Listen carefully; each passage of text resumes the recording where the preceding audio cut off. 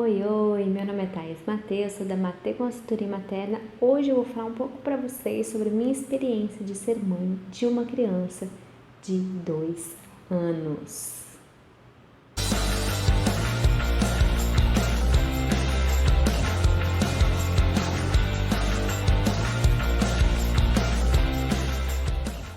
Bom, se você conhece um pouquinho, né, se você já ouviu falar, se você já pesquisou um pouquinho sobre primeira infância, você vai saber que essa fase de 2 anos é uma fase bem complicadinha. E ela é complicada não só para a gente, como pais, mas também para a criança. E é disso que eu vou falar um pouquinho aqui. Muitas pessoas, na verdade, sim, a literatura, né, alguns pediatras e tudo mais, rotulam essa fase como os Terrible Two, né, os terríveis 2 anos. E não é uma nomenclatura que eu gosto, porque eu acho que rotula a criança, né? Como terrível, birrenta e uma criança difícil. E eu não acho que é por aí. Então eu costumo falar que é a adolescência do bebê, que pra mim é mais ok, assim, né? Realmente eles parecem mini adolescentes.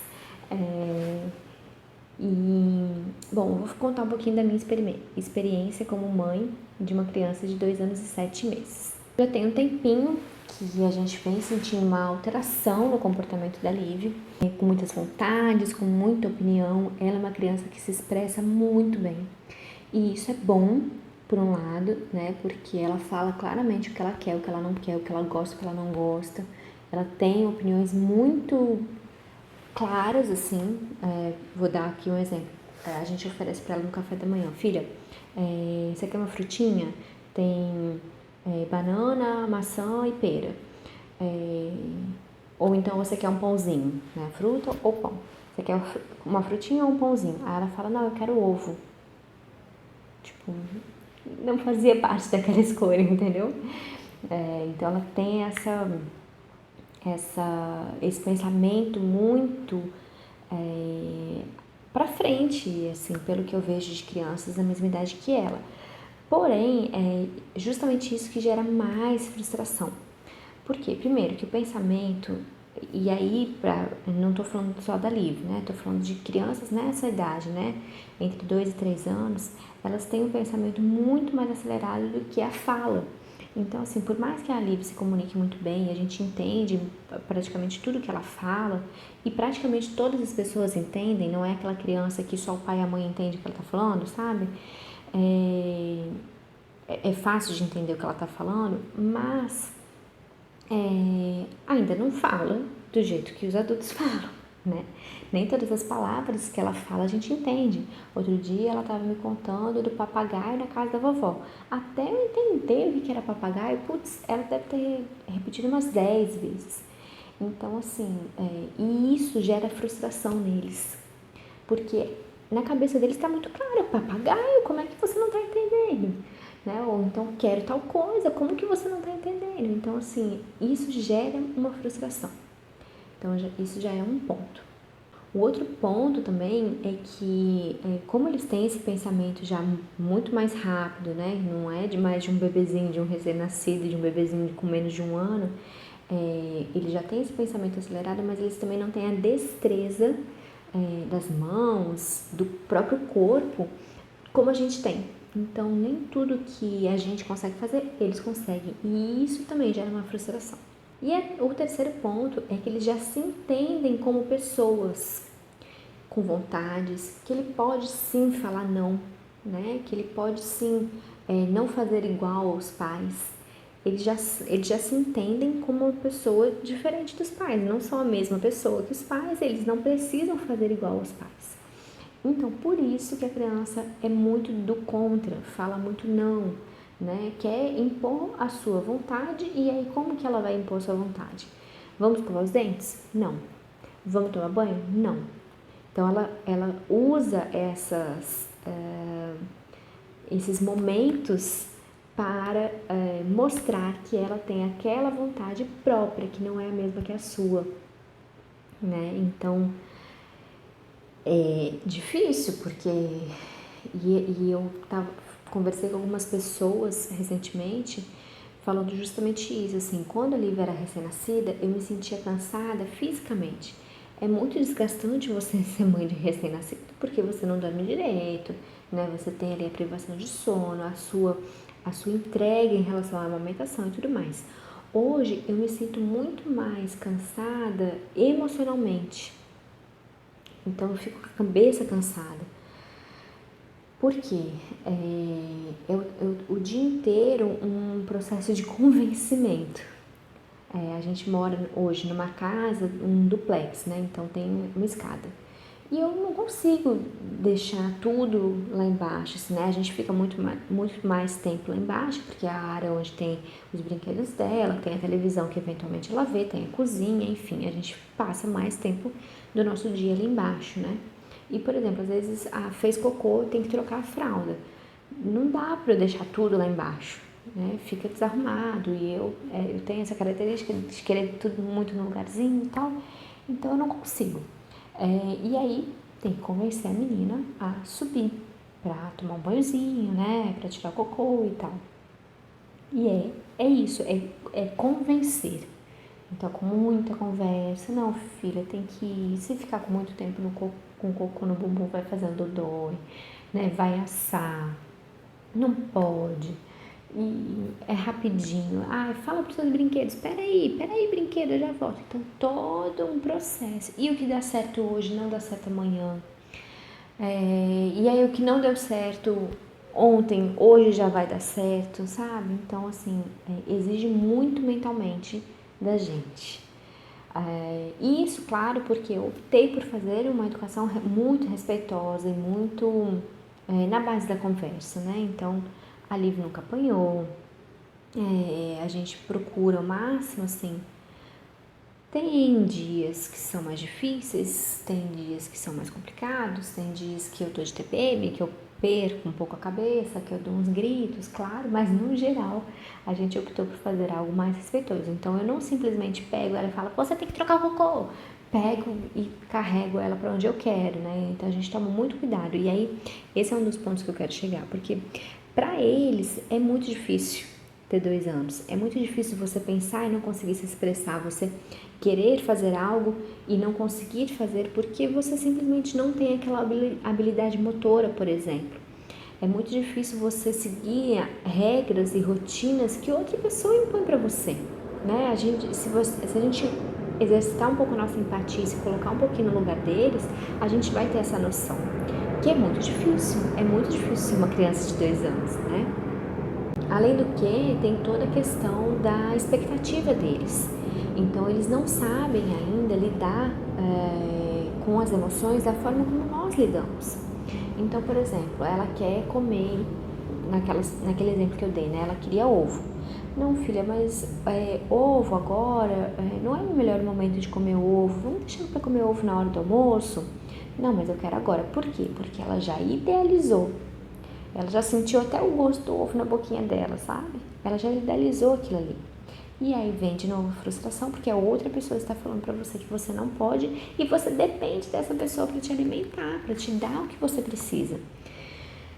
Então não deve mesmo ser fácil, né? E nós, quando a gente fica frustrado, nós como adultos, não é fácil a gente lidar com a frustração, né? Quando algo acontece, e eu posso muito falar por mim, porque quando algo acontece fora do que eu planejei, fora do que eu espero, nossa, gente, eu fico irritada, eu fico mal-humorada.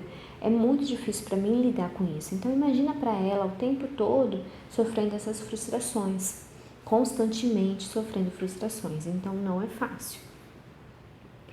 E aí, o que nós podemos fazer diante disso, né? Então, um pouco eu já falei, que é exercitar a nossa empatia, né?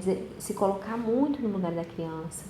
Não é fácil para ela, né? Então, ela está aprendendo a lidar com todas essas emoções, com todas essas questões, com todos esses sentimentos. Então, exercitar um pouco a nossa empatia. Lembrar que a criança, ela é um ser humano, ela é um indivíduo. E ela tem direito a ter vontades, ela tem direito a ter opiniões. Não é tipo, você não tem querer. Criança não tem querer. Aí a criança fica ali, cresce ouvindo ali aquilo, não tem querer, não tem querer, não tem querer, de repente ela se torna um adulto que tem que ter querer, que tem que se posicionar, que tem que escolher coisas, então vai ser muito mais difícil essa transição, né? Então a criança é um indivíduo, ela só é pequena, e justamente pelo fato dela ser pequena, muitas coisas no mundo são mais difíceis para ela. Ela não alcança, ela não tem acesso, né? Então, não é fácil. Se a gente começa a enxergar a criança como um indivíduo que merece o nosso respeito, tanto quanto o seu marido, o seu pai, o seu irmão, o seu amigo, isso se torna muito mais fácil. Porque a gente não simplesmente pega a criança e fala, você tem que trocar a fralda. Não, a gente conversa, a gente se coloca no lugar dela, a gente abaixa e fica olho no olho, né, com a criança. A gente demonstra o nosso respeito. Porque essas situações difíceis que pra gente são bobeiras, são cotidianas, para a criança é grande. Porque o mundo dela tá ali, o mundo dela são os brinquedos. Então deixar os brinquedos naquele momento que a brincadeira tá tão interessante porque ela fez cocô e ela precisa tirar o cocô, não é fácil, né? Pra gente é tipo assim, não, vou parar aqui um pouquinho, daqui a pouco eu volto, não tem problema. Mas pra criança não é. Então, pra criança tudo isso é muito grande. Então, é valorizar também e se importar com o que é importante para a criança. O que a gente faz em qualquer relacionamento. O que a gente faz com o nosso cônjuge, por exemplo. Né? O que é importante para o meu marido é importante para mim. Então, por que o que é importante para minha filha não vai ser importante para mim? Né? Então, é exercitar realmente essa empatia e esse olhar para a criança como um indivíduo, como uma pessoa. A questão que eu acho super importante é que as crianças aprendem com o exemplo. Então, eu, por exemplo, procuro não resolver nada com a Liv com a palmada, porque eu não quero que a violência seja um recurso para ela. Então, não é para mim. Eu me policio muito, embora eu ainda tenha alguns episódios de gritos, porque foi a educação que eu recebi, porque na época que eu era criança a gente não estudava sobre isso, os pais não estudavam sobre isso, né? Não existia tanta leitura, não existia tanta facilidade de acesso às informações também, então não é uma culpa o que minha mãe fez, eu acho que ela, né, principalmente minha mãe, né, que era mãe solo, né, então principalmente a minha mãe, ela fez o melhor dentro das possibilidades que ela tinha. Mas hoje eu tenho outras possibilidades, eu conheço outras, eu tenho acesso a outras informações, então eu posso fazer melhor. Mas, claro que no momento de raiva, no momento de descontrole emocional, o grito é o que vem primeiro, porque foi o que eu recebi. Então, embora eu ainda tenha esses acessos, eu procuro ao máximo não fazer, não gritar, porque eu não quero que o grito para resolver as coisas seja um recurso para alívio. Então, é isso. O que eu quero que seja recurso para minha filha? Ter raiva, estar chateada ou não gostar de algo que ocorreu é normal, é ok, é um sentimento que pode acontecer. Mas o que eu faço com esse sentimento é o que vai ficar para ela como exemplo. Então, se ela faz algo que eu pedi para ela não fazer e eu grito, então ela sabe que é no grito que se resolve. Se ela faz algo que eu pedi para ela não fazer e eu abaixo, olho nos olhos dela e falo assim, filha, isso não foi legal. A mamãe pediu para você não fazer isso e você fez. Essa atitude aqui não me deixa satisfeita. Então, como que a gente pode resolver? Então, ela aprende que é conversando e é expondo seus sentimentos que ela alcança o que ela quer também e que ela lida com a raiva, com a frustração e tudo mais.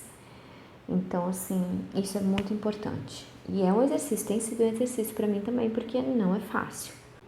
E aí, nesses momentos também que eu abaixo e converso com ela, eu também tô falando sobre os meus sentimentos. Então, olha, poxa, a mamãe ficou chateada com isso daqui, com essa sua atitude, sempre procurar falar com a atitude que a gente não tá satisfeito, né? E não com a criança. Então, assim, eu fiquei chateada, eu não gostei, porque isso é exemplo para eles também praticarem, né? E aí, quando for a situação deles, quando eles não estiverem satisfeitos com algo, a gente também pode ajudar a nomear esses sentimentos deles, porque eles também estão aprendendo e é nosso papel fazer essa condução, né? Então, olha, filha, eu sei que você está cansada nesse momento, ou eu sei que você ficou triste. Pode chorar, não tem problema você chorar. Vem aqui, ó, mamãe vai te dar um abraço. Você quer um abraço? O que eu posso fazer para te ajudar? Porque é isso que a gente faria com o adulto, percebe? Então, assim, a gente não ia virar para um adulto e falar, engole esse choro. Não ia falar. Então, a gente... Por que a gente vai fazer diferente com a criança, sabe?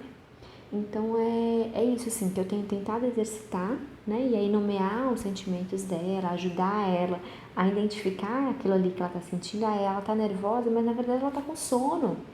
Então, vem cá, filha, eu sei que você tá cansada. Ou, olha, eu sei que você não gostou disso.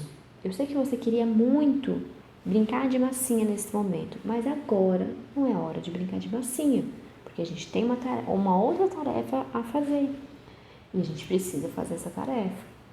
Em outro momento você vai brincar com massinha. Eu sei que você fica chateado, eu sei que você está frustrada porque você queria muito isso, mas como que eu posso te ajudar a superar esse momento, a superar esse sentimento, né? O que a gente pode fazer com esse sentimento? Você tá com raiva?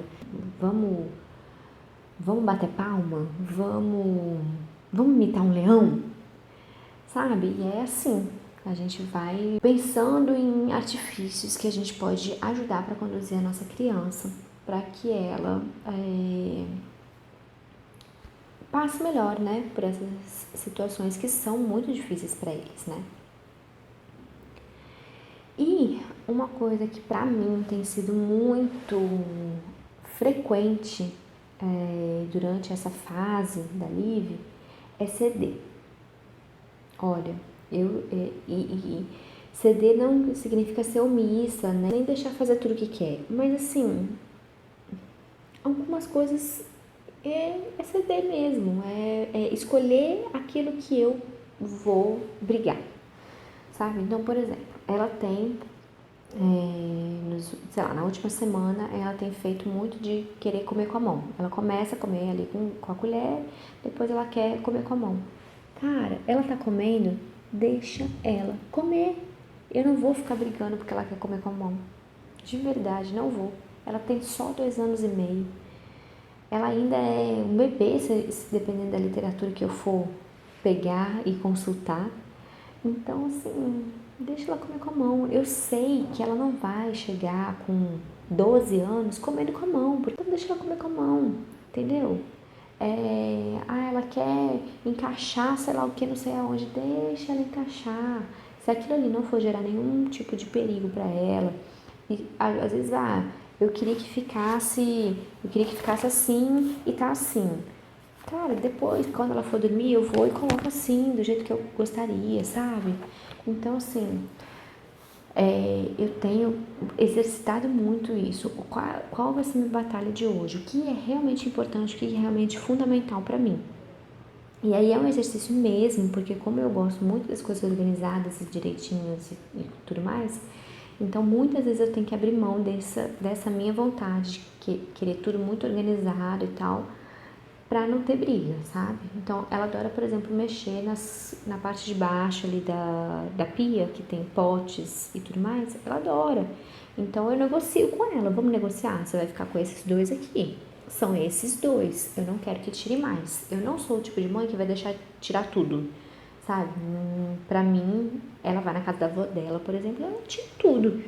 Ok, se a avó dela banca, guardar tudo depois, porque eu sei que ela não vai guardar sozinha. Então, ok, aqui em casa não vai ter isso. Então, ela também tem que conhecer os meus limites.